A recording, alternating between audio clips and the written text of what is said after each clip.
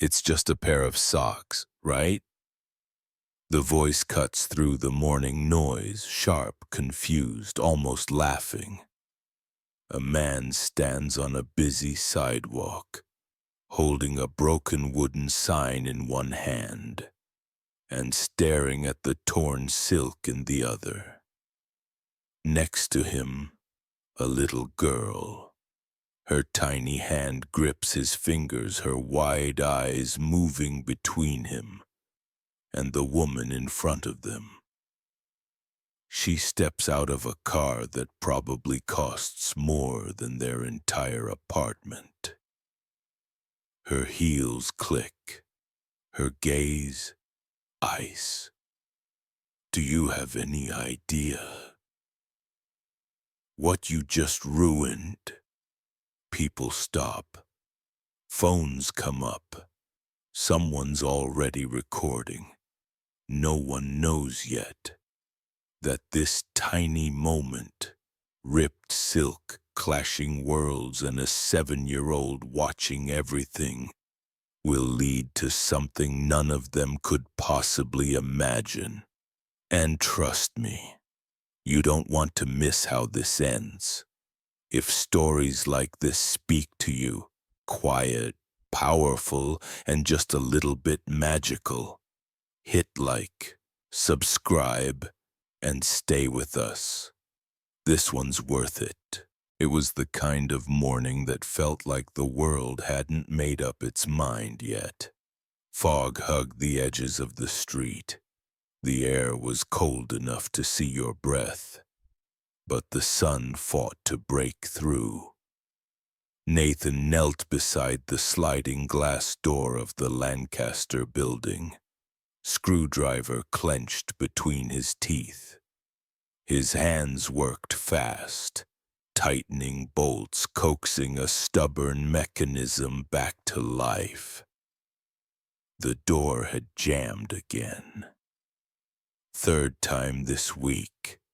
His jacket was frayed at the cuffs, a patch on the shoulder barely held.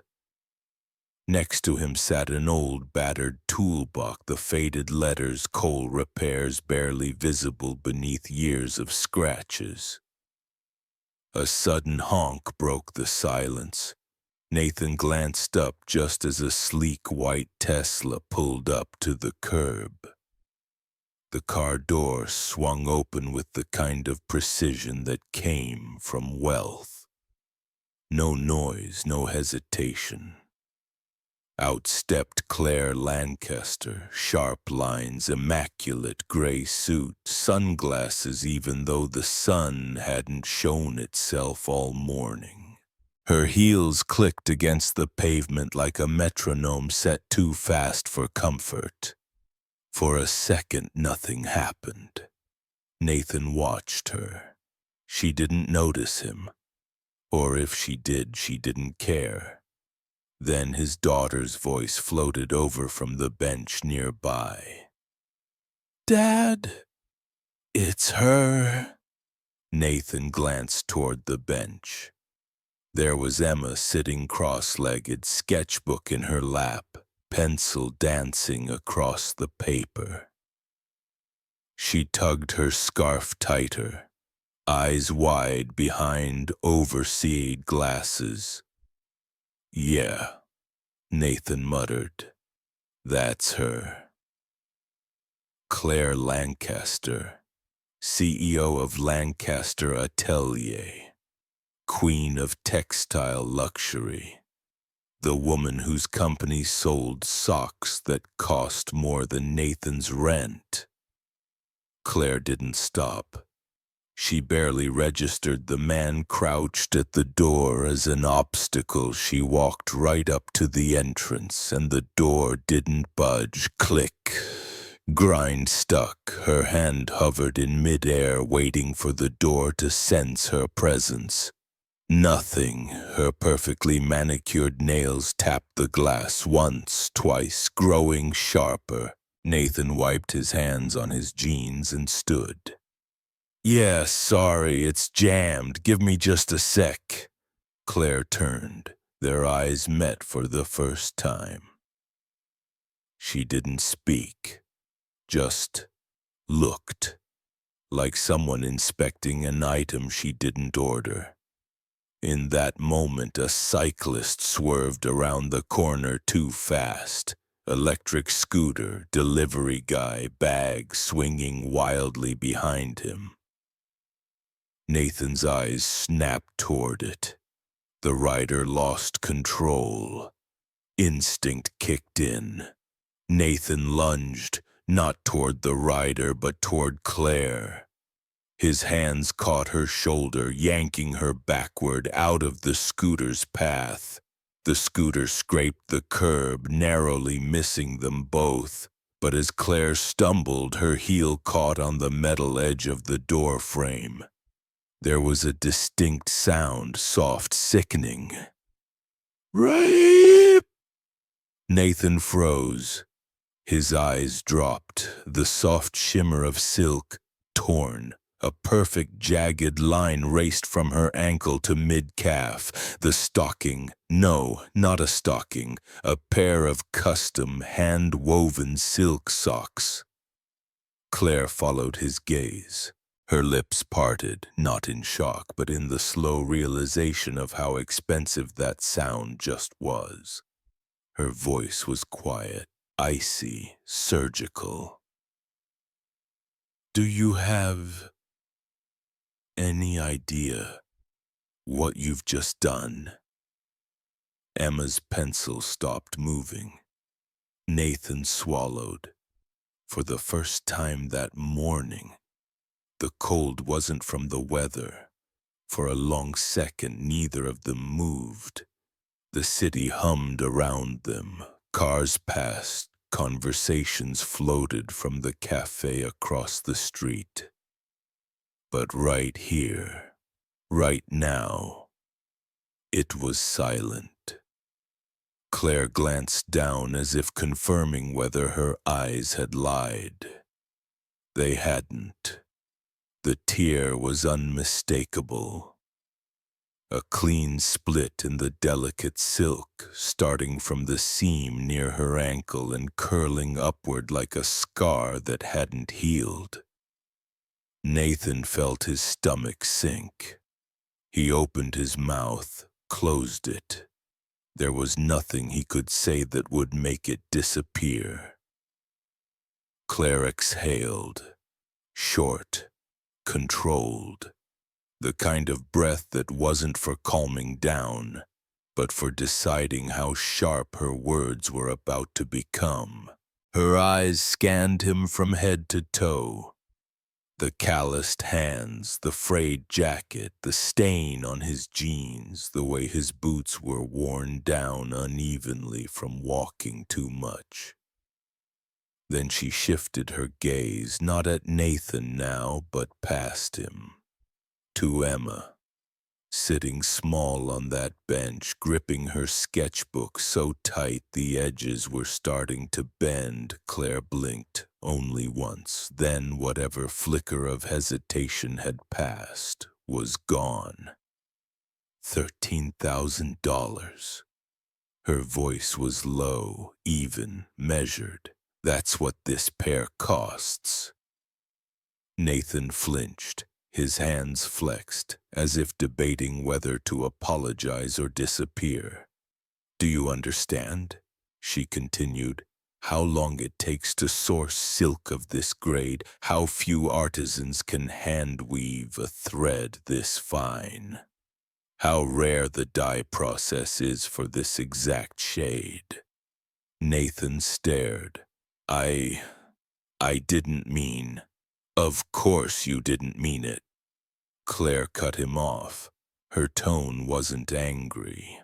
Worse, it was dismissive, cold, professional. The voice of someone used to correcting mistakes, not forgiving them. "People like you never mean to break things, but somehow things break anyway." Emma's small voice tried to rise. Nathan shot her a glance, a subtle shake of his head. "Stay quiet, not now." Nathan shifted his weight. Look, I'm sorry, I just saw the scooter coming. I was trying to be reckless. Claire folded her arms. To throw yourself around like gravity's optional. Nathan clenched his jaw but kept his voice steady. To stop you from getting hit. For a beat, that landed. Claire blinked. Her lips pressed together, but her expression didn't soften. Well, congratulations, you saved me, and ruined a piece of art in the process. She straightened her jacket, adjusted the strap of her designer bag, and then, almost as an afterthought, glanced back at Nathan. You'll be hearing from someone. Then she walked toward the entrance again, heels clicking against the pavement. The broken door slid open, finally responding. Nathan stood there, hands still half raised, helpless.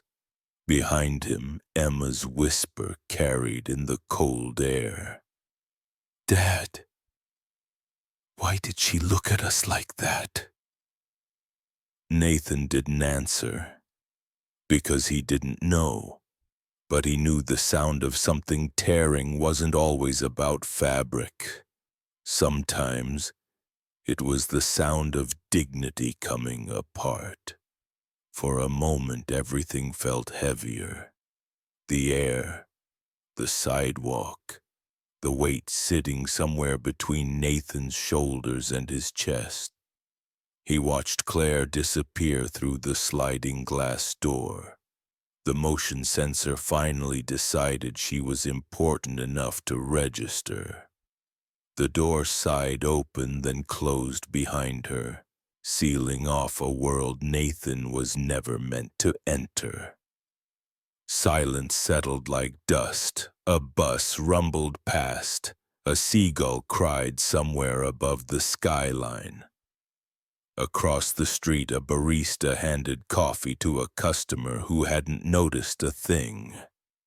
Nathan stayed still, hands at his sides, palms open, then closing into fists, then open again, as if searching for something to hold on to but finding nothing there. A smaller hand slid into his. Emma.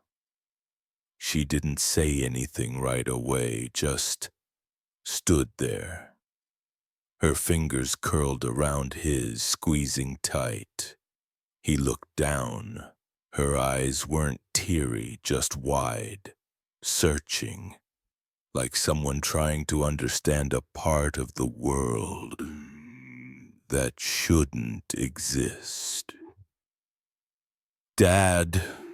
Her voice was barely louder than the wind. Are we in trouble? Nathan knelt to her level, ran his thumb along her wrist, small, fragile, but steady, stronger than anyone realized. He forced a smile, not because it was true, but because that's what dads do. No, kiddo, we're not in trouble, not really. Emma nodded. Not because she believed him, but because she needed to. Nathan stood, scooped up his old toolbox. One hinge groaned, the handle stuck, same as always, same as him. Together they turned. Walked away from the glass doors and polished marble and the scent of a world that wasn't built for people like them. Halfway down the block, Emma tugged his sleeve. Dad. Her voice was smaller this time. Why does she wear socks that cost more than our car? Nathan didn't answer. Not right away. Just let the question hang there. Float, settle into the fog. I guess, he said finally. Some people wear things that show how important they are. And some people don't need to. They crossed the street. The crosswalk beeped. Cars waited. Life kept moving. But something had shifted. It started with a shaky video. 37 seconds uploaded by someone nobody would remember. A phone camera, a quick pan, a voice laughing in the background. Oh no. Watch this guy. The frame caught the moment Nathan pulled Claire out of the scooter's path. The stumble, the sound, that sharp, unmistakable rip. The angle wasn't great, the focus blurred, but the audio was crystal clear. Claire's voice, cutting, precise. Do you have any idea what you've just done? The video hit 12,000 views in the first hour. 50,000 by lunchtime. By nightfall, it was everywhere. Hashtags flooded the screen. Sockgate. 13,000 socks. CEOV janitor as a luxury over people. Two sides formed, fast and merciless. One half of the internet saw a reckless man who ruined something he couldn't afford to understand. Comments spilled in like wildfire. Play stupid games, win stupid prizes. Why jump in front of someone if you're too clumsy to handle it? She's right, he broke it, pay up.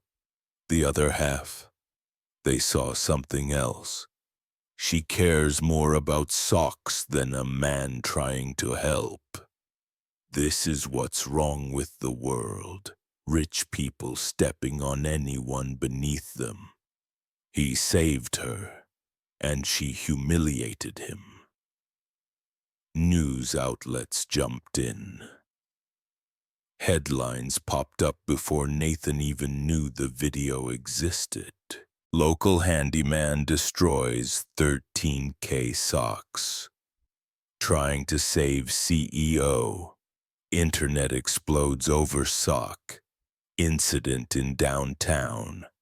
Fashion or folly. The price of luxury sparks debate. Clips of fashion experts were cut between commentaries from financial advisors. Morning shows laughed, then argued, then shook their heads. A well-known podcast host asked, half-joking, "What's wrong with the world when socks cost more than 3 months of rent?" Even late-night comedians took a swing. Grainy freeze frames of Nathan's confused face flashed behind them as the punchlines landed. The audience laughed. Nathan never heard it. Because by then, he wasn't watching. The screen wasn't where the storm really lived. It was in the grocery store, the gas station. The whispered glances, the not-so-quiet snickers. Nathan noticed it first when the barista spelled his name wrong on purpose twice, then when the mailman paused, glanced at him, then pretended not to. It wasn't just online. The internet had teeth, and those teeth were starting to bite real life. In a corner of the internet, someone found an old photo, a close-up of hands, threading silk through a wooden frame. No face, no name, just hands, calloused, precise, steady. The caption read, "Who is this man?" Really, no one had the answer. Not yet, but the question had already been asked. The apartment wasn't much. 2 rooms, faded wallpaper that peeled at the corners. A window that looked out onto the alley behind a laundromat. But it was home. Nathan sat at the kitchen table, elbows pressed against the chipped laminate surface. His phone lay face down, silent, not because nobody was calling, but because he'd turned it that way. In the corner, Emma sat cross-legged on the floor, her sketchbook balanced on her knees, pencil moving, scratching, focused, quiet. She drew the way some people prayed, line by line, shape by shape, a world of her own making. Nathan watched her for a while, let the silence settle. It was safer than looking at the screen, safer than thinking about the laughter, the headlines, the faces he passed on the street that morning. Faces that didn't quite meet his eyes anymore, but even silence has limits. His gaze drifted, unintentional, instinctive, to the far side of the room, to the closet door. It was closed, had been for years, but the edge wasn't flush, just slightly ajar, as if something was waiting. Nathan stood, walked over, his fingers hovered at the handle, paused, a breath in, a breath out, then he opened it. Inside, the box, wooden, scuffed, corners chipped, a brass latch tarnished but still intact, dust layered thick enough to leave fingerprints if anyone had bothered. He knelt, slid it forward. The weight was familiar in a way that made his chest ache. Nathan popped the latch. The lid creaked open, slower than he remembered. Inside, spools of silk thread, some still gleaming. A pair of gold-handled scissors with a nick in the blade from a job long forgotten. Needle sets carefully arranged. A wooden frame for lace making. Patterns, rolled and tied with faded ribbons. And there, tucked into the side pocket, a photograph. Not of a person, of hands, his hands, years younger, threading silk through a loom, the caption written in pen on the back, faded but legible, "Perfection lives between the flaws." Nathan exhaled, long, slow, like air he'd been holding for 5 years. "Dad." Emma's voice was soft, close. He turned. She was standing beside him now, looking down into the box. Her fingers brushed the silk threads, light, careful, reverent. "I remember these." Nathan smiled, but it was the kind of smile that hurt. "Yeah, so do I." For a while, neither of them said anything. They just sat there, cross-legged on the floor, surrounded by dust and by things they'd both tried to forget. Not realizing those things had never really left. Claire sat in her office, high above the city. Floor-to-ceiling windows wrapped the room in glass, a view meant to impress, but today it felt like a spotlight. The glow from her laptop cast sharp lines across her face, tabs open, headlines stacked, notifications relentless, a ping, another, then another. Her assistant's voice echoed from the doorway, tight, nervous. "You might want to look at this." Claire didn't look up. She already was. The main page of the company's social media platform flooded. Comments. Angry, mocking, divided. "Disgusting display of elitism." I hope your socks were worth his dignity. I'm buying 10 pairs, screw that guy. The sentiment wasn't clean-cut, half support, half outrage. But one thing was clear. Nobody was ignoring it. She clicked another headline. When socks cost more than kindness. Claire's jaw tightened. She'd weathered PR storms before. Product delays, supplier scandals, competitor lawsuits. But this was different. Personal. A knock. Harder this time. The head of PR stepped in, clutching a tablet like it was bad news wrapped in glass. The board's calling in 20 minutes.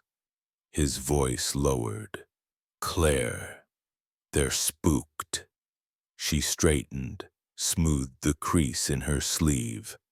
Professional armor. It's noise. It'll pass. It's not passing. Social sentiments down 43% in 12 hours. Influencers are pulling their sponsorships. 3 retailers just postponed the spring launch order. A muscle twitched near her eye. We built this brand on exclusivity, on perfection.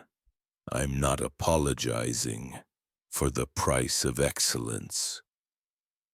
PR hesitated. His mouth opened, closed, opened again. It's not about the socks. His tone softened. It's about what the socks mean right now. Claire stood, walked to the window, looked down at the city below, busy, indifferent, moving without her. For the first time in a long time. The glass felt thinner than she liked. Claire sat back in her chair. The glass behind her reflected a skyline that suddenly felt irrelevant. She didn't like unanswered questions, never had. Control was everything, precision, clean lines, no surprises. But something about that man, the way he moved, the way his hands hovered, then clenched, the way his daughter gripped his palm, it all lodged somewhere in her mind like a splinter that refused to be ignored. She opened her laptop, typed his name into the employee directory. Nathan Cole, Maintenance Division, hired 20 months ago. Basic profile. No degrees listed. No certifications beyond standard repair licenses. Dependable. Quiet. No incidents. Too clean. Too ordinary. Claire narrowed her eyes, pulled up the HR backend, cross-referenced, scanned further, then paused. No previous employment history for 5 years prior. Not a gap, a canyon, a deliberate erasure. She tapped her desk, thought, then reached for her phone. Get me Orion Services. Full background check, comprehensive, quiet. An hour passed, then 2. By the time the file landed in her inbox, the city lights were flickering on outside. She opened it, scanned the first page, then slowed, stopped. Her perfectly manicured hand tightened around the mouse. Former owner, Cole & Sons Atelier, Bologna, Italy. Specialized in bespoke silk hosiery and hand-woven lace. Client list, European royalty high-fashion houses private collectors. She blinked, read it again. Winner, Artisan of the Year Milan Textile Symposium. Attached were photographs, not of faces, just hands, working, guiding silk threads through tiny, intricate frames, lace so fine it looked like clouds stitched into form. One photo caught her breath, a close-up of a signature stitch, an asymmetrical loop near the heel of a silk sock. It was unmistakable. She'd seen that stitch before, in her own collection's most prized design. Another page. Catastrophic workshop fire. Total loss. Injury sustained. Right hand. Partial nerve damage. Temporary loss of fine motor control. Business dissolved. Spouse. Divorced. Sole custody of minor child. Relocated to United States. Current employment. Maintenance technician. Claire exhaled. Long, slow. A sound not unlike silk tearing.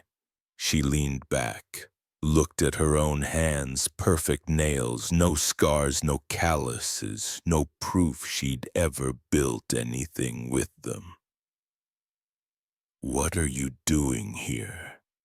Her eyes drifted back to the screen, to those hands, to the stitches, to a name the world had clearly forgotten. Except it hadn't. Not completely, not yet. The air inside the apartment felt different, denser, heavier. Nathan sat cross-legged on the worn rug, the wooden box between his knees. His fingertips hovered above the latch. He hadn't touched it in how long? 5 years? 6?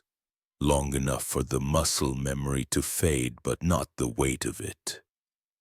Emma sat nearby, quiet, watching. The box wasn't fancy, just solid oak, brass corners dulled by time. Scratches along the lid, each one a scar from a different plate, a different life. Nathan closed his eyes, inhaled, then flipped the latch. The hinges groaned like something waking up after too long in the dark. Inside. It was exactly as he remembered. Silk threads, spools of them, tucked into side compartments. Some still gleamed. Others had dulled, their sheen lost to dust. A row of needles in a velvet case, each one labeled in his own faded handwriting. Fine, microfine, double twist, repair, a pair of scissors. Not the kind you find at craft stores, gold-handled. Perfectly balanced, a chip on one blade. He remembered the job that caused it. There was a thimble, sterling silver, engraved with a tiny bird, a gift from someone whose name he hadn't said out loud in years, and tucked beneath a folded linen cloth. A sketchbook. He opened it, pages filled with line work, sock patterns, lace grids, diagrams for tension curves, how silk behaves at different humidity levels, notes in both English and Italian. On the last page, a child's drawing.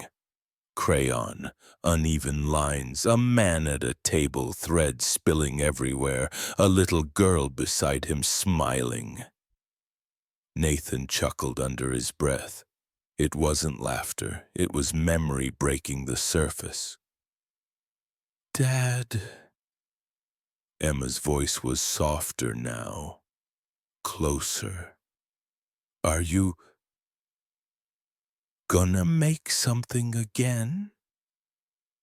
He didn't answer right away. His thumb ran along the edge of the silver thimble.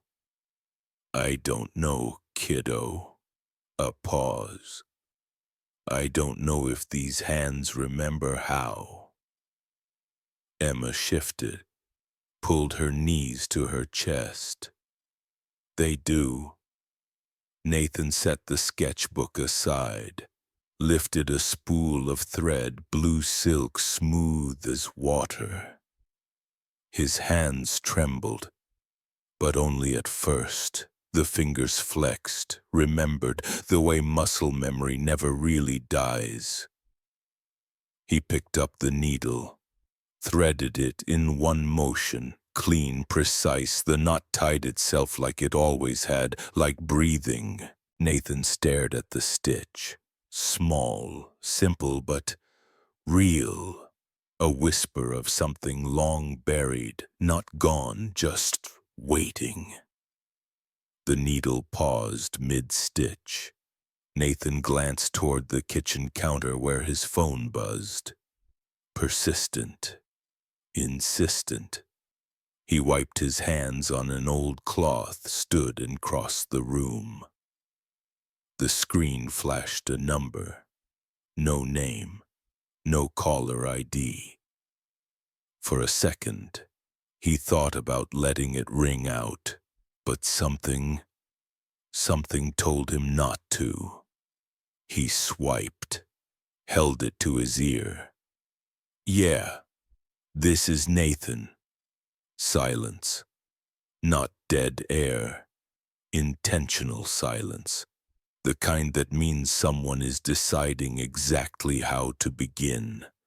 Then her voice, controlled, clipped, unmistakable. Mr. Cole, this is Claire Lancaster. Nathan blinked.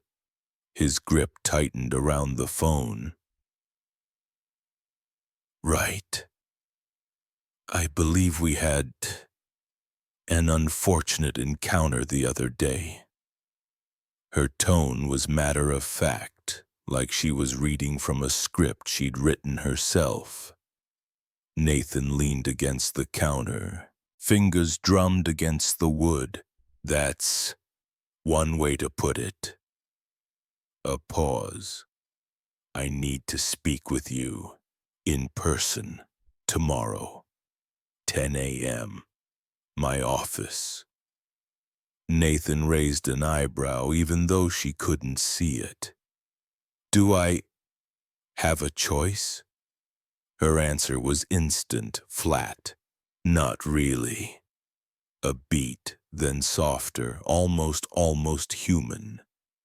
I have questions. Nathan glanced over his shoulder. Emma sat cross-legged on the floor again, tracing patterns in her sketchbook, humming softly, oblivious, safe in her own little world. Yeah, he said finally. Me too. Claire's voice returned to full CEO mode. 10 o'clock. Don't be late. The line went dead. Nathan lowered the phone, stared at it for a long moment like it might explain itself. It didn't. He looked back at the open box on the floor, the thread, the needles, the sketchbook with frayed corners, a breath, slow, heavy. Well, he muttered to himself, guess the past isn't staying buried after all. In the corner, Emma looked up. Her pencil paused. Dad, everything okay? Nathan managed a smile, small, tired. Yeah, kiddo, just got a meeting tomorrow. A meeting with a woman who had no idea how much she was about to change his life. The elevator ride was too quiet. No music, just the hum of machinery and the faint click of Nathan's boots against the polished floor. He checked the paper in his hand. Visitor pass, temporary, just like everything else. When the doors slid open, he stepped into a hallway so pristine it felt like walking into a photograph. Minimalist furniture, white walls, black steel frames, glass everywhere. At the end stood a door, frosted glass, her name etched clean across it. Claire Lancaster, CEO. He knocked once. The door opened almost immediately. "Come in." Her voice wasn't sharp, but it wasn't soft either. Nathan stepped inside. The office was everything he expected. Cold, efficient, expensive. Floor-to-ceiling windows offered a view of the entire city, as if reminding him who sat higher. Claire stood by her desk, arms crossed, eyes scanning him like she was still trying to figure out how someone like him existed. A folder lay open on the desk, thick, paper crisp. "Sit." Nathan didn't. Not right away. He let the silence linger, let her feel it. Then he pulled out the chair, sat, hands folded, steady. Claire slid the folder toward him. 6 months, full creative control, private studio space, you'll design a capsule collection, exclusive limited run, I'll handle production, marketing, logistics. Nathan opened the folder, pages of contracts, legalese, numbers, the kind of money that made his hands freeze for a second. 1.2 million up front. She added it like mentioning the weather. Plus royalties. Nathan flipped a page, another, then closed it slowly. "You don't even like me." A flicker. Barely there. A muscle at her jaw tightened. "I don't have to like you. I respect the craft." He leaned back, arms crossed now. "And what exactly do you think I'm gonna make for you?" "Something we can't make without you." Her tone sharpened. "Our master artisan is retiring. His apprentices don't have his hands. You do."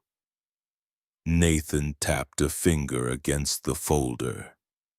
"And why would I ever help someone who thinks I'm, what was it, reckless, beneath you?" Claire didn't flinch. "Because you're not just a janitor, and because—" A pause, tiny, but it was there. "You have a daughter, which means you understand legacy." Nathan's gaze hardened. "Legacy isn't something you buy in 6-month contracts." Silence. Heavy. Dense. Then Claire exhaled.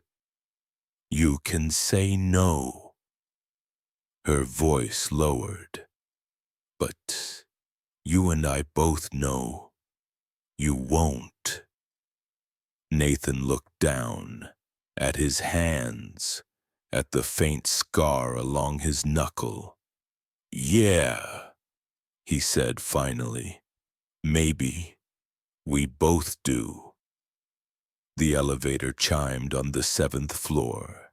Nathan stepped out into silence. A long corridor stretched ahead, frosted glass on one side, matte black walls on the other. No artwork, no photographs, just empty space pretending to be minimalist design. At the end of the hall, a glass door waited. A small plaque read, Atelier 2, Private Studio. Nathan pushed it open. The first thing that hit him was the cold. Not the kind from bad heating. A different cold. The kind built into white walls, concrete floors, and fluorescent lighting that hums just loud enough to remind you it's there.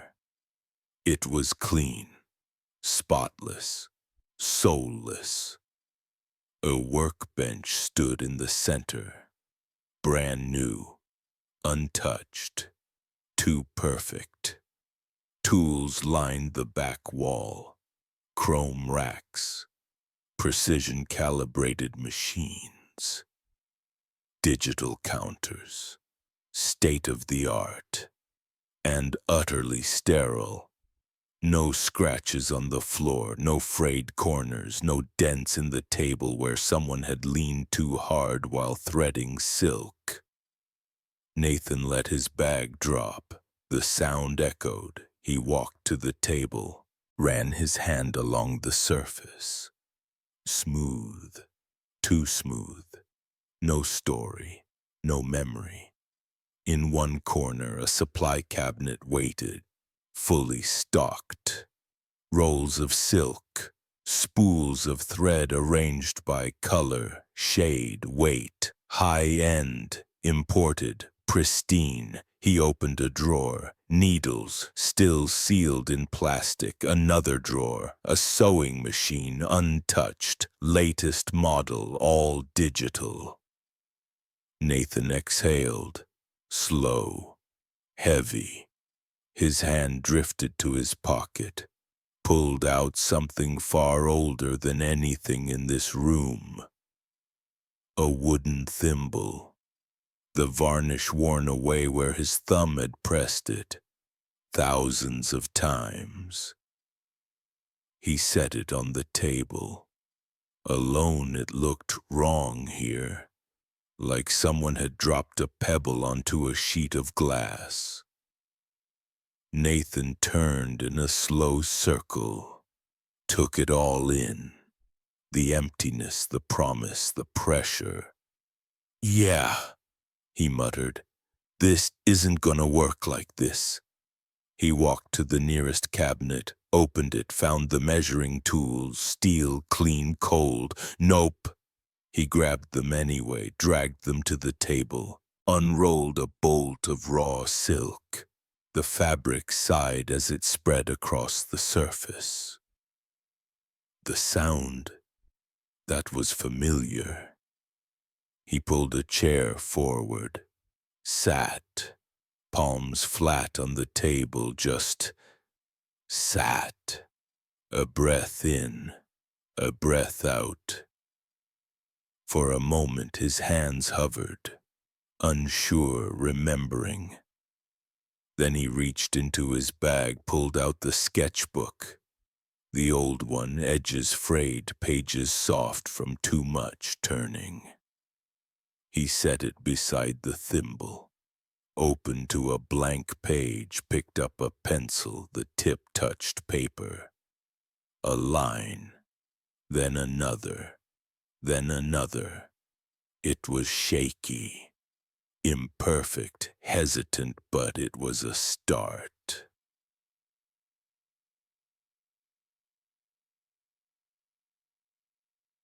The silence in the studio wasn't empty. It was waiting. Nathan rolled the silk flat against the table. The fibers caught the light just enough to shimmer. Like water frozen mid-flow, he reached for the needle, not the factory standard chrome ones lined up in the drawer. His, the one from the wooden box, slightly bent, slightly dulled, but familiar. His fingers trembled as they pinched the silk thread. Muscle memory kicked in, then faltered. The thread slipped. He sighed. Tried again. The second time, the needle caught, pulled through. The knot held. Nathan exhaled. Didn't realize he'd been holding his breath. He lined the needle against the fabric. The first stitch. It was supposed to be simple. Just in, out, a loop, anchor the thread. His hands hovered, fingers curled, then hesitated. For a moment, the weight of 5 years settled in his chest like wet concrete. The fire, the injury, the failure, the way the world turned away, and how he let it.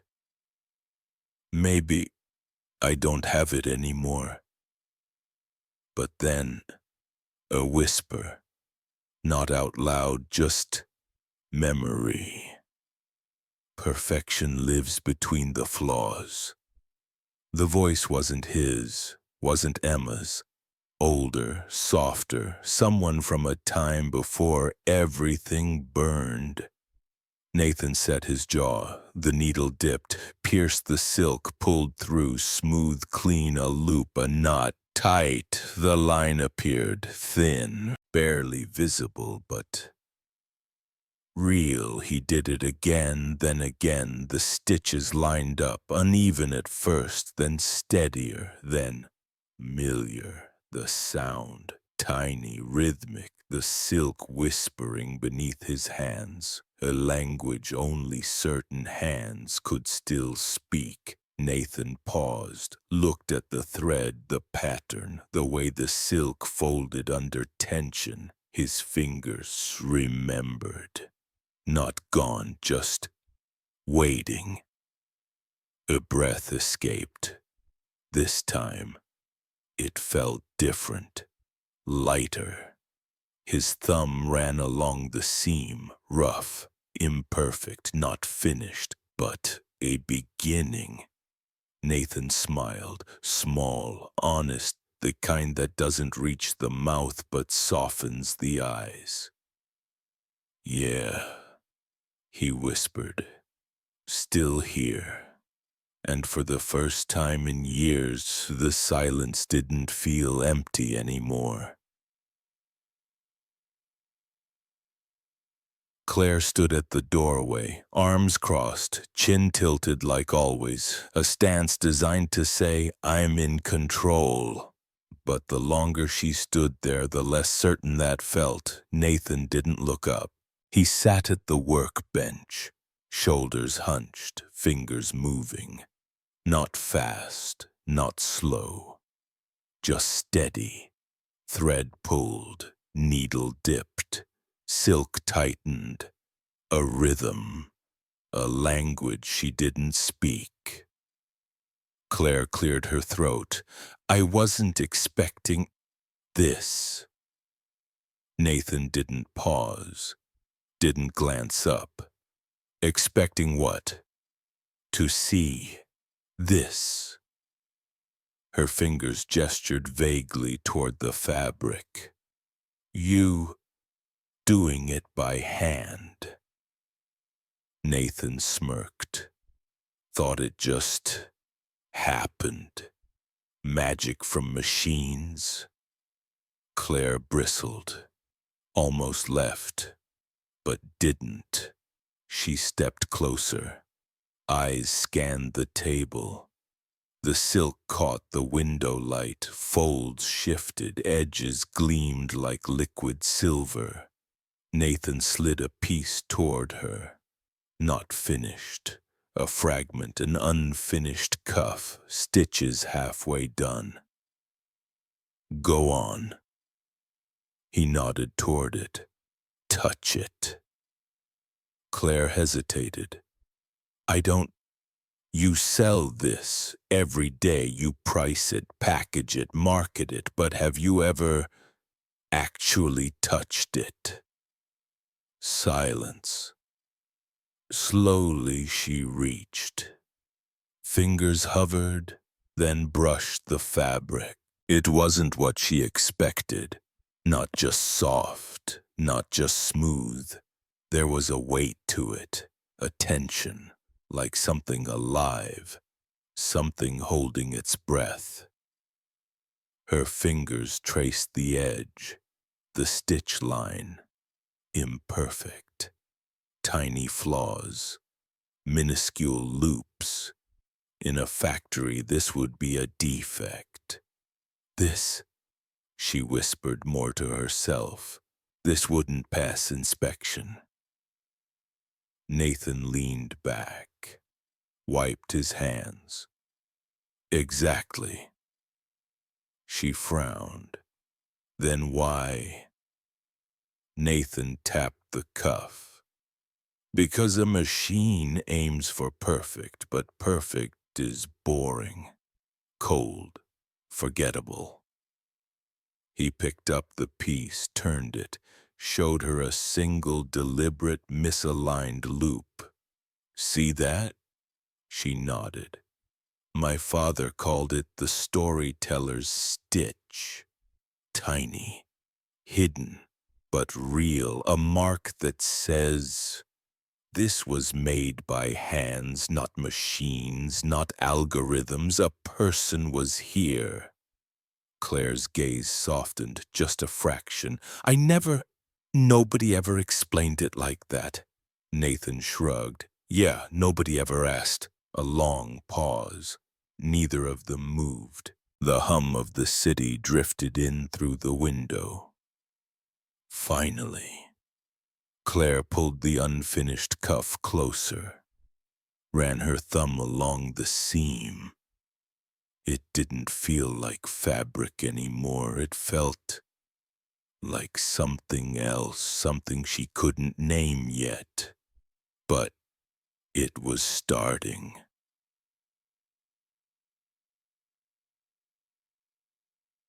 Nathan slid the cuff aside, picked up another piece unfinished, threads dangling like loose thoughts. You know, his voice softened, less guarded. There's a word for this, for what you just felt. Claire crossed her arms. For fabric? No, for what's wrong with it. Her brow lifted, but she didn't interrupt. Nathan set the piece down, fingers tracing the seam, not fixing, just following. In Japanese, they call it wabi-sabi, the beauty of things imperfect, incomplete, impermanent. He leaned back, wiped his hands on his jeans. My grandfather used to say, perfection is the enemy of memory. Claire frowned. What does that mean? Nathan glanced at her, smirked, not unkind. It means when something's flawless, you forget it. It becomes invisible. But when there's a flaw, a nick in the wood, a crooked stitch, a fingerprint in the clay, that's where memory lives. That's where the human part is. Claire's eyes dropped to the fabric, to the tiny, deliberate loop he'd shown her earlier. Suddenly, it looked less like a mistake, more like a signature. Nathan continued. In my old workshop, every piece had one, a flaw, small, hidden, sometimes a thread tied backwards, sometimes a loop that didn't quite line up. His thumb ran along the edge. Most buyers never saw it, but those who did knew. They smiled. They understood. This wasn't just silk. It was someone's hands, someone's time, someone's life. Claire stayed quiet. Let the words sink in. Nathan tilted his head, studying her. You've built an empire out of perfection, out of making things look effortless, untouchable. But you know what the problem with that is? Claire met his gaze. Tell me. It's lonely. His voice was softer now. Machines don't get tired. Algorithms don't bleed, but hands. Hands remember. They ache. They tremble. They leave little imperfections behind, and that's the only thing that makes anything worth remembering. Silence stretched. Not uncomfortable, not sharp, just full. Claire reached forward, touched the cuff again, fingertip tracing the uneven loop. We don't teach this. Her voice barely above a whisper. Not in design school, not in business. Nobody talks about this. Nathan smiled, just enough. Maybe it's time someone did. The clock on the wall ticked, soft, steady for the first time in a very long time. Claire realized the silence didn't feel like pressure anymore. It felt like space. The studio was quiet now. Nathan had stepped out, whether for coffee, fresh air, or just space. She didn't ask. Claire stayed. The unfinished cuff still lay on the table. The threads frayed at the end, silk loose, waiting. Outside, the sun tilted west. Huang Hon. Its light cut through the glass wall at an angle sharp enough to split shadows from color. Gold poured across the table, threads caught it, glowed. Claire sat. Not at the desk, on the stool Nathan had left pulled out, arms resting on her knees, fingers loosely interlaced. Her gaze drifted, not to the city skyline, not to the endless hum of traffic far below, but to something smaller, closer, a spool of silk, pale blue, translucent in the light. Beside it, the thimble, old, wooden, tiny scratches where a thumb had pressed 1,000 times. She reached out slowly, almost unsure. Her fingertips brushed the thread. It felt impossibly soft and impossibly strong. A breath in, deeper than she intended, somewhere in her mind. Numbers tried to surface, supply chains, unit costs, marketing angles, but they didn't stick. They slid away. Lid. All that stayed was this. Thread, light, hands, time. Claire picked up the cuff again, turned it over, traced the uneven loop Nathan had shown her. Tiny, deliberate, a mistake. Designed to be a signature. For years, she'd told herself that perfection was the only way forward, that the absence of flaws was the definition of success.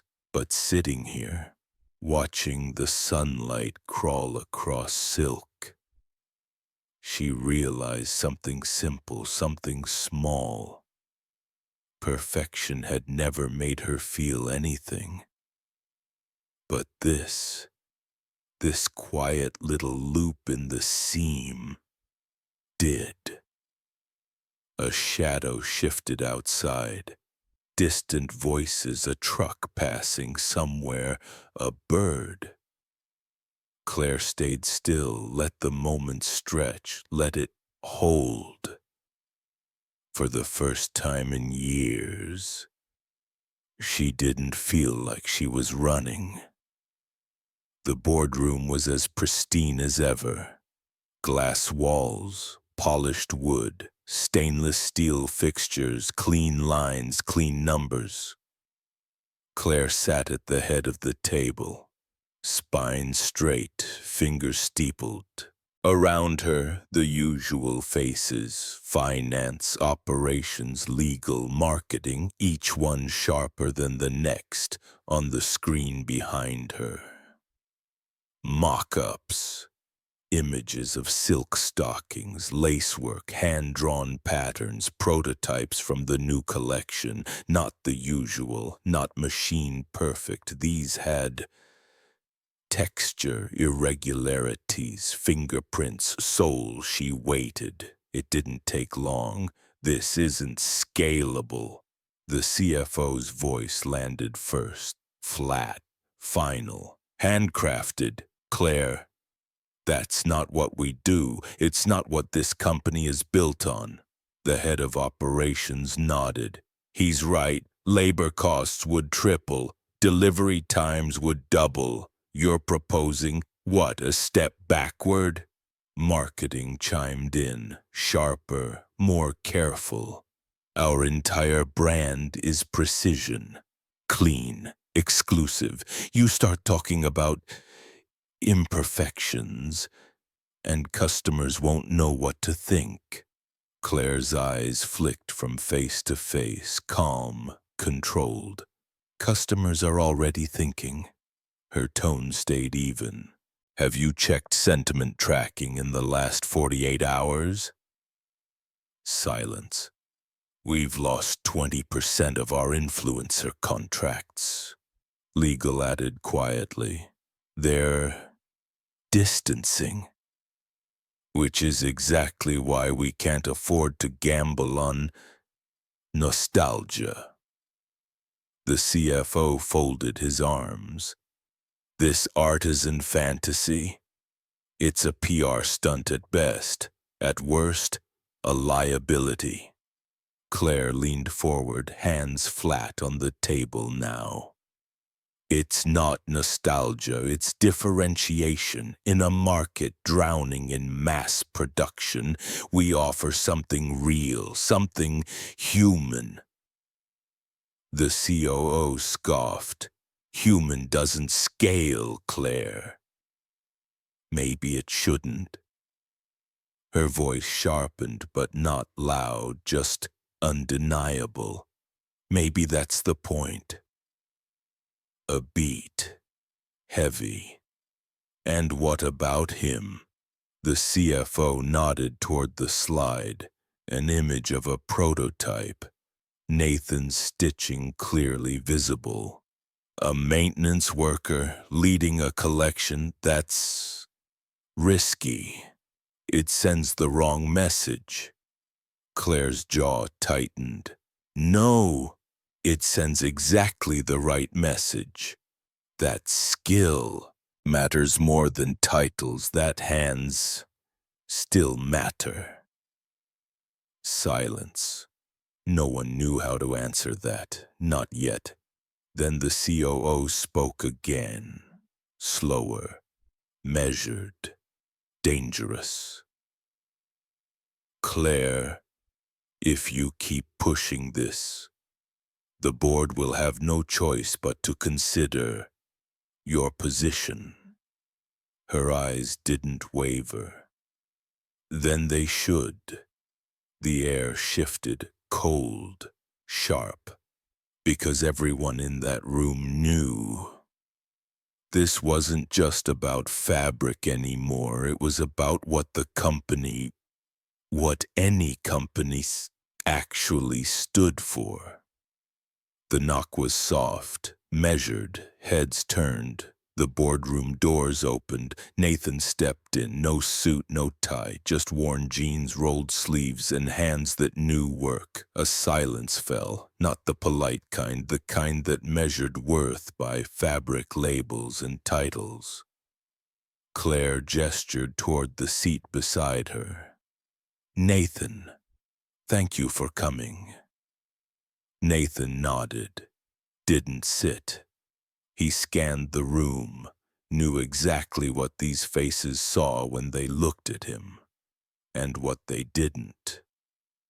The COO was first to speak. We weren't expecting guests. Nathan smiled. not kindly. Didn't realize fixing what's broken made me a guest. Claire leaned in. Nathan has a proposal. CFO scoffed. A proposal? Nathan crossed his arms. Yeah, because right now you've got two problems. One, you can't replicate what we're building. Your machines can't. Your staff doesn't know how. He let that hang, watched it land. Two, even if you could, it won't scale. Not fully, not fast enough. The head of operations shifted. Exactly, that's what we've been saying. Nathan raised a hand. You didn't let me finish. He walked to the display, pointed at the prototype on screen, ran a finger along the stitch. Tiny, imperfect, deliberate. The visible parts, the touch points, the details customers see, feel, brag about, those stay handcrafted, fully, authentically. He turned, face calm, steady. But the internal structures, the hidden seams, reinforcement layers, those can be machine-assisted, hybrid production, half-hand, half-machine, maximum integrity, minimum compromise. Silence, then murmurs, the first cracks. Marketing leaned forward. That preserves the story, the value, but production improves. Nathan nodded. Exactly. You don't sell perfection. You sell what perfection can't give. The CFO shook his head. And what happens when customers find out the inside isn't fully handmade? Nathan didn't blink. Then you tell them, openly, proudly, that the beauty is real, where it matters, and the rest is honesty meeting practicality. Claire's lips curved, not quite a smile, but something close. It's authenticity, without the lie of perfection. The COO crossed his arms. It's still risky. Nathan stepped back, looked him dead in the eye. Everything worth making is. A pause. Long, waited. Then the room shifted. Not agreement, not yet, but something harder to stop. Momentum. The studio felt different now. Not louder, not busier, just fuller. Nathan sat at the bench, finishing a seam. The final seam. Silk pulled tight, needle dipped, thread caught. His fingers worked slower this time, not because of doubt, but because the last stitch always deserved more care. There, he set the piece aside, exhaled, rolled his shoulders. Footsteps padded over, lighter, smaller. Emma. She climbed onto the stool beside him, opened her hands, held something out, a tiny sock. Not silk, not lace, just simple cotton, soft, small enough for a doll, but embroidered carefully. Around the ankle, uneven stitches formed a crooked star on the toe, a tiny mismatched loop, deliberate. Emma smiled. I made it for her. Nathan blinked. For... She tilted her head. Miss Claire, she doesn't have socks like this. Nathan chuckled. Quiet, shook his head. No, I guess she doesn't. The door creaked. Claire stepped in, not in heels this time. Sneakers. hair pulled back. No armor today. She paused, took in the scene. Her eyes softened, just a little. Emma hopped down, walked over, held the sock up with both hands like an offering. This is for you. Claire knelt, slower than expected, reached out, took it, turned it over, fingers tracing the crooked star, the uneven stitch, the mismatched loop. For a second, she didn't say anything, just looked. It's perfect. Her voice was smaller than Nathan had ever heard it, almost unsure. Emma grinned. It's not. That's why it's special. Claire blinked, laughed. Not sharp, not practiced, real. Yeah, I think you're right. She stood, met Nathan's eyes, held the sock up slightly as if it weighed more than it looked. The final stitch, she said softly. It's never really about the fabric, is it?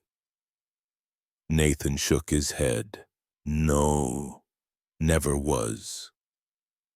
In the light from the window, the crooked little star glowed. The venue wasn't a runway, not this time. It was a warehouse. High ceilings, exposed beams, brick walls left raw, no white catwalk, no mirrored floors, no anonymous models strutting past an audience too busy looking at phones. Instead, tables, workbenches, looms, threads hanging like curtains between stations. Rolls of fabric stretched from wall to wall, catching the spotlights like waterfalls of silk. The hum wasn't from speakers. It was from sewing machines, real ones. Needles tapping, scissors snipping, hands moving. The guests filed in. Design editors, influencers, buyers, critics. They slowed, confused, whispered, looked for the usual, and didn't find it. No DJ, no booming bass, no choreographed light show, just the sound of work, of craft, of creation. At the center, Nathan stood behind a bench. Emma perched beside him, threading spools like she'd done it her whole life. Claire walked the floor. No microphone, no stage, just her voice. Calm, clear. Welcome to the making of something real. The show began, but not with music, with motion. A model stepped forward, not from behind curtains, but from behind a glass wall where an artisan finished the final stitch on her garment. As she walked, another artisan at the next station added a lace trim. At the next, tiny, hand-tied embellishments.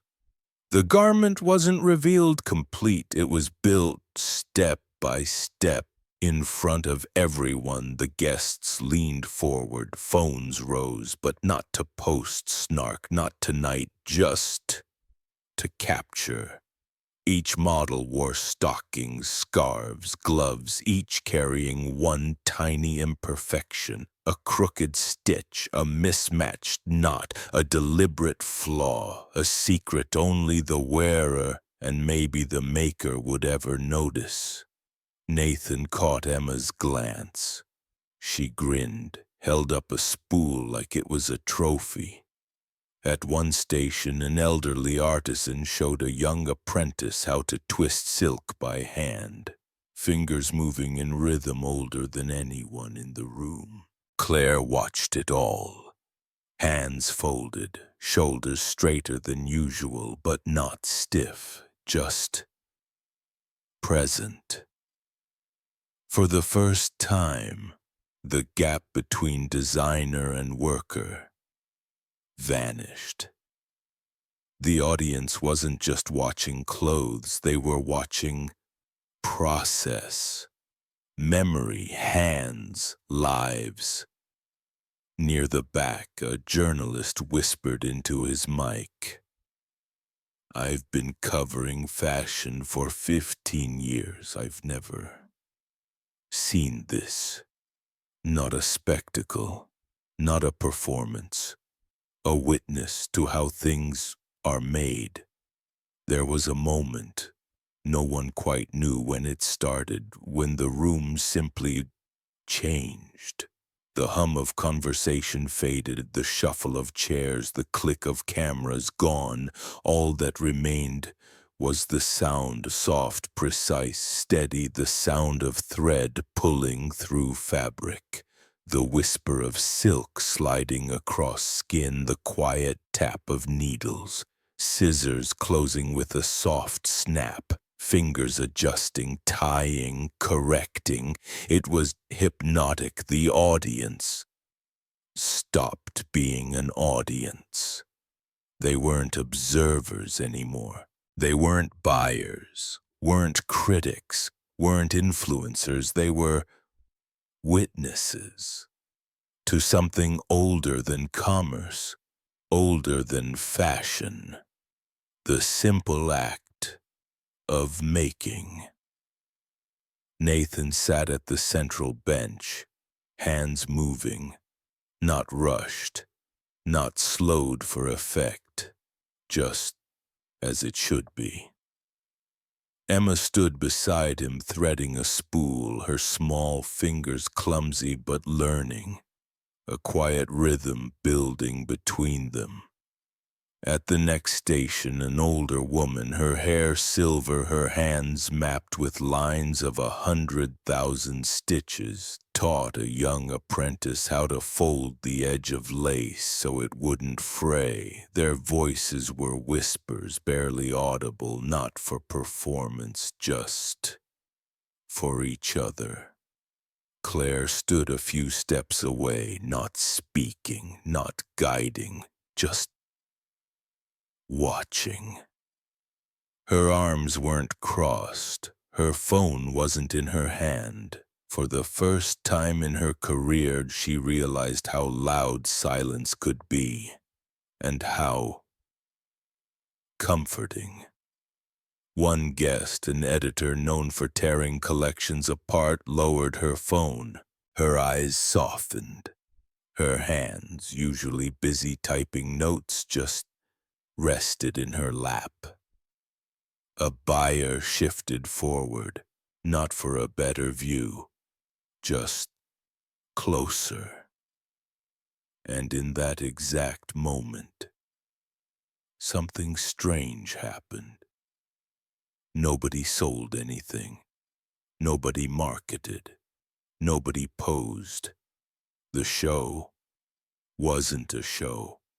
It was a room full of people, breathing the same air, feeling the same thread, hearing the same whisper of silk pulled through fabric. A memory being made together. The only sound, thread, needle, breath, thread, needle, breath. Time stretched, slowed. It wasn't boredom. It wasn't waiting. It was presence. And for a brief, impossible moment, the world outside, emails, deadlines, likes, shares, profit margins, simply ceased to exist. There was only this, hands, thread, cloth, connection, and no one, not a single person looked away. The sound faded, not because the work stopped, but because Something shifted. Claire stepped forward, not onto a runway, onto the same floor where artisans stood, where thread trailed across beams like constellations drawn by hand. Her shoes were simple, no heels, no noise, just soft leather. But it wasn't the shoes that anyone noticed. It was the stockings, silk, hand-stitched, flawless, until you looked closer. One sock, a tiny embroidered star near the ankle, the other, a mismatched loop tucked into the seam, not hidden, not accidental, deliberate, a conversation between fabric and flaw, between maker and wearer. The audience didn't clap. Not yet. They didn't know if they were supposed to. This wasn't the usual script. Claire walked, slow, measured, not performing, not selling, just moving. At one bench she paused, picked up a spool of thread, ran her thumb along the silk, set it down. Then she turned, faced the room, her voice steady, clear. Perfection isn't the goal. A pause, letting that breathe. Connection is. She lifted her foot slightly. Let the stockings catch the light. The mismatched stitch shimmered.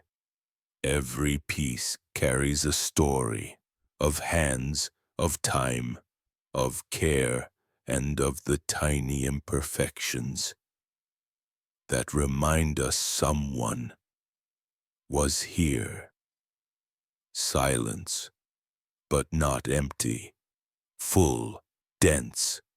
A whisper started, a murmur, then the first hands came together, a clap, then another, not polite, not performative, real, solid, rising. By the time the applause filled the room, some stood, some smiled. A few wiped eyes they didn't expect to wipe. Nathan watched from the corner, arms crossed. A quiet smile pulling at the corner of his mouth. Emma beside him tugging at his sleeve. "Dad, look, they see it." He nodded. "Yeah, kiddo, they finally do." And in that moment, the line between flaw and beauty simply disappeared. The sun wasn't quite up yet. Just that soft, pale blue light that happens right before the day remembers it's supposed to be morning. Nathan stood in front of the door, hands wrapped around the wooden sign. Fresh paint, clean edges. The letters still smelled like varnish. Emma Atelier. Not big, not grand, but real. The building was small, brick, windows wide enough to let the sun flood in. No marble, no chrome, just oak beams, rough floors, and walls lined with pegboards waiting for tools. Behind him, footsteps, lighter, quicker. Emma. She skipped to his side, scarf flapping, hands stuffed in pockets 2 sizes too big. "Is it ready?" she asked. Nathan smiled, ran his thumb along the edge of the sign. Almost.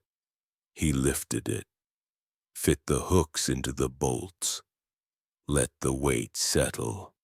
For a second, he just stood there, looking at it. A breeze tugged at the corners of a tarp nearby. Under it, spools of thread, boxes of silk, a workbench waiting for calluses and coffee rings and the scrape of scissors. Emma tilted her head. "Dad, are you scared?" Nathan glanced down, smirked. Yeah, little bit. Good. She grinned. Means it matters. The door creaked open. Inside, it smelled like wood, dust, thread, and possibility. Along the back wall, shelves waited for fabric, pegs for tools, a long table stretched down the center. Wide enough for mistakes, long enough for dreams. Claire's voice drifted from the doorway behind them. It's perfect. Nathan turned. She wasn't in a suit, no clipboard, no sharp shoes, just jeans, a plain shirt, her hair tied back. She stepped in, ran her fingers along the workbench. It smells right. Nathan chuckled. Yeah, that's the varnish and sawdust and fear. Emma giggled. And magic. Nathan nodded. Yeah, and that. A truck pulled up outside. Apprentices climbed out, young, old, hands ready, some nervous, some steady. One carried a sapling, a tiny tree, roots wrapped in burlap, leaves trembling in the morning wind. Emma gasped, "Is that for us?" Nathan nodded. Yeah, every good workshop needs something that grows. They dug a small hole by the entrance, set the tree in, packed earth around it, watered it, watched it stand, small, wobbly, but standing. Nathan dusted his hands, looked at the sign again. Yeah, he whispered. Looks about right. And for the first time in years, he didn't feel like he was starting over. He felt like he was home.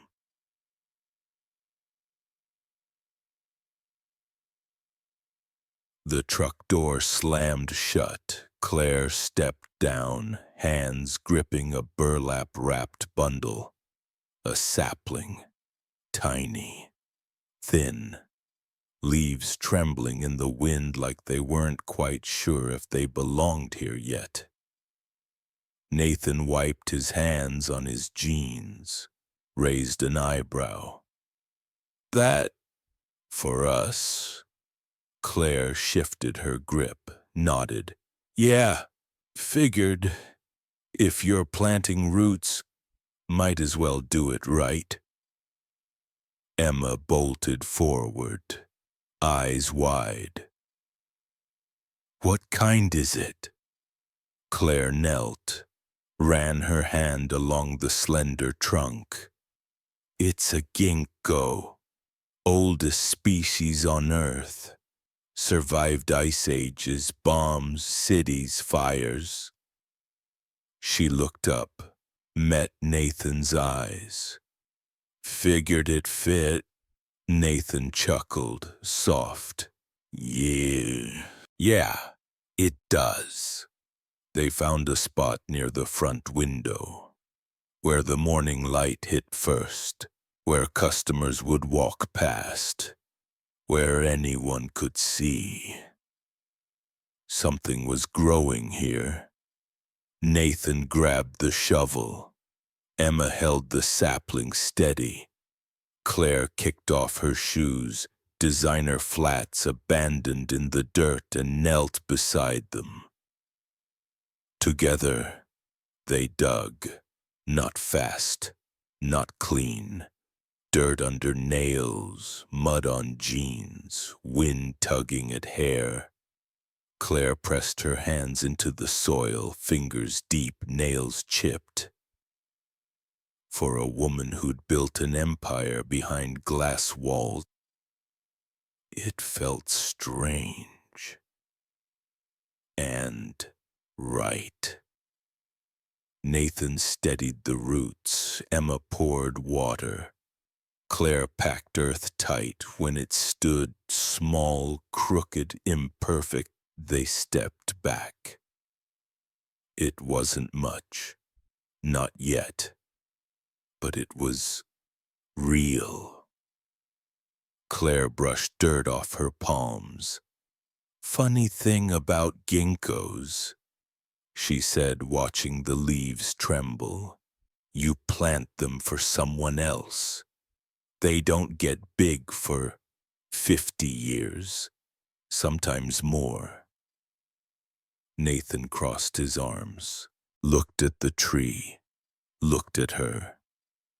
Then I guess we're playing the long game. Emma tugged his sleeve. Can we name it? Nathan grinned. Yeah, kiddo, we can. They stood there for a while. No rush, no plans, just breathing, watching sunlight filter through brand new leaves. A breeze carried the smell of thread, varnish, and something else. Something like hope. Claire shoved her hands into her pockets, shifted, almost awkward, then pulled something out, a thimble. Sterling silver.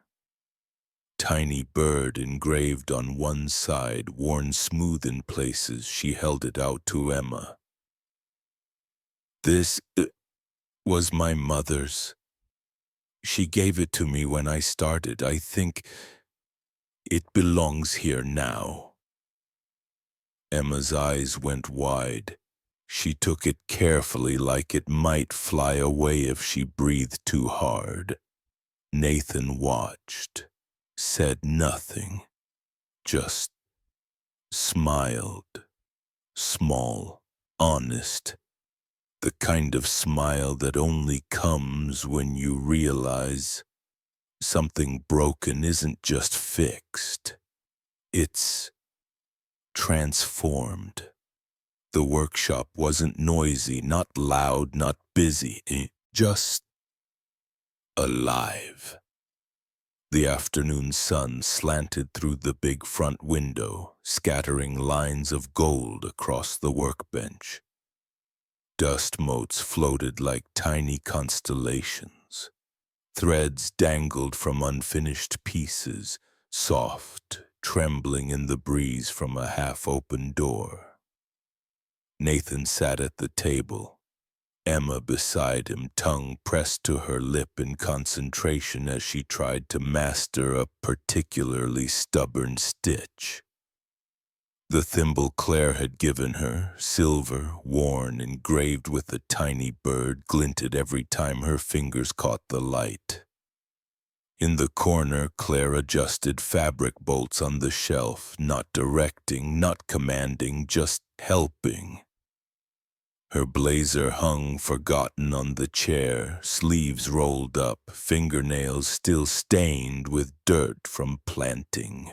By the window, the ginkgo sapling stood, tiny, fragile, but holding its ground, leaves trembling but still there.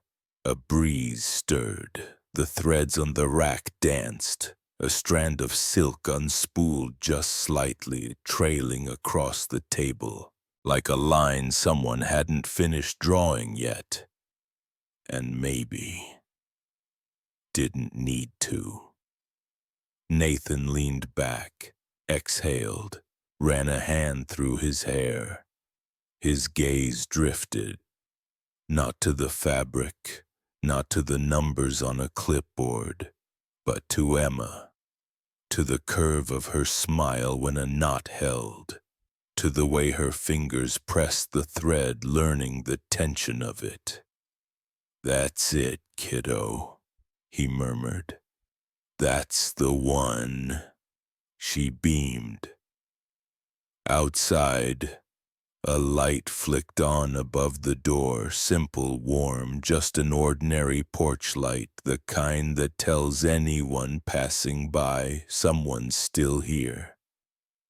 The camera drifted back, slowly stepping away from the window, from the hands, from the thread. The sign came into frame. Emma Atelier. Beneath it, the tiny ginkgo. 2 new leaves. A promise. The breeze tugged once more. A single thread fluttered upward, caught the sunlight. The frame held, then faded, but the thread kept moving. The camera drifts back through the workshop window. Nathan's hands move steadily, guiding silk through a wooden frame. Emma sits beside him, her tiny fingers practicing a stitch that's still messy, but getting better. Outside, the ginkgo tree stands, small but taller than yesterday. A new leaf, a new start. The wind tugs at a loose thread dangling from the open window. The sunlight catches it. It flutters, weightless, unfinished, perfectly imperfect. Nathan looks up, smiles, not because life is easy, but because it's his. A porch light clicks on, soft, warm, a quiet reminder that someone's still here. Funny thing about threads, his voice says softly, you never really know where they'll lead until you follow. The frame holds just long enough for you to breathe and maybe smile. If this story meant something to you, even just a little, don't forget to like, subscribe, and share it with someone who needs to be reminded that broken things can still be made beautiful.